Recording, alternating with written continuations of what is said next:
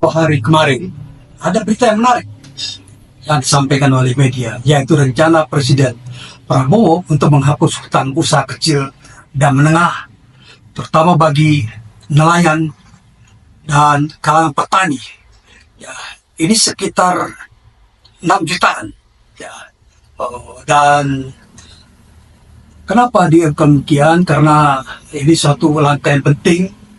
Ya, daripada tidak sanggup bayar, mendingan dihapuskan.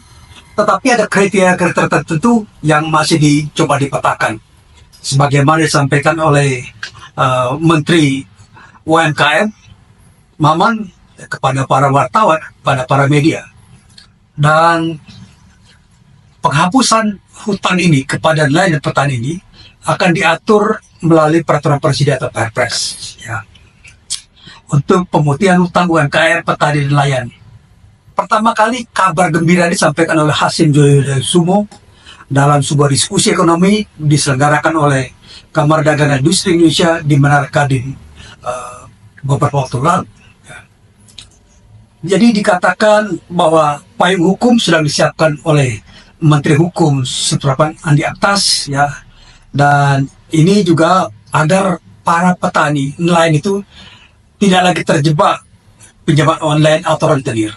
Situasi memang agak ruyam karena persoalan ekonomi, dan ada ujutan hutang nelayan, ya, pada tahun 98 dan 2008 sekitar 5-6 juta petani nelayan terpaksa beralih ke rentenir serta pinjaman online karena tidak bisa pinjam ke bank, ya, karena persoalan bonifitas.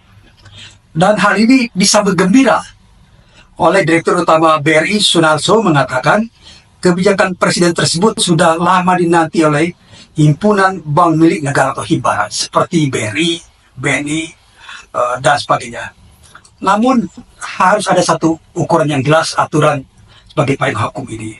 Dan ini adalah suatu langkah pertama dan sangat menggembirakan dari pemerintahan Presiden Prabowo. Kita tunggu langkah-langkah selanjutnya untuk membangun, memperkuat ekonomi negara ini, serta pertumbuhan ekonomi untuk mencapai target 8%.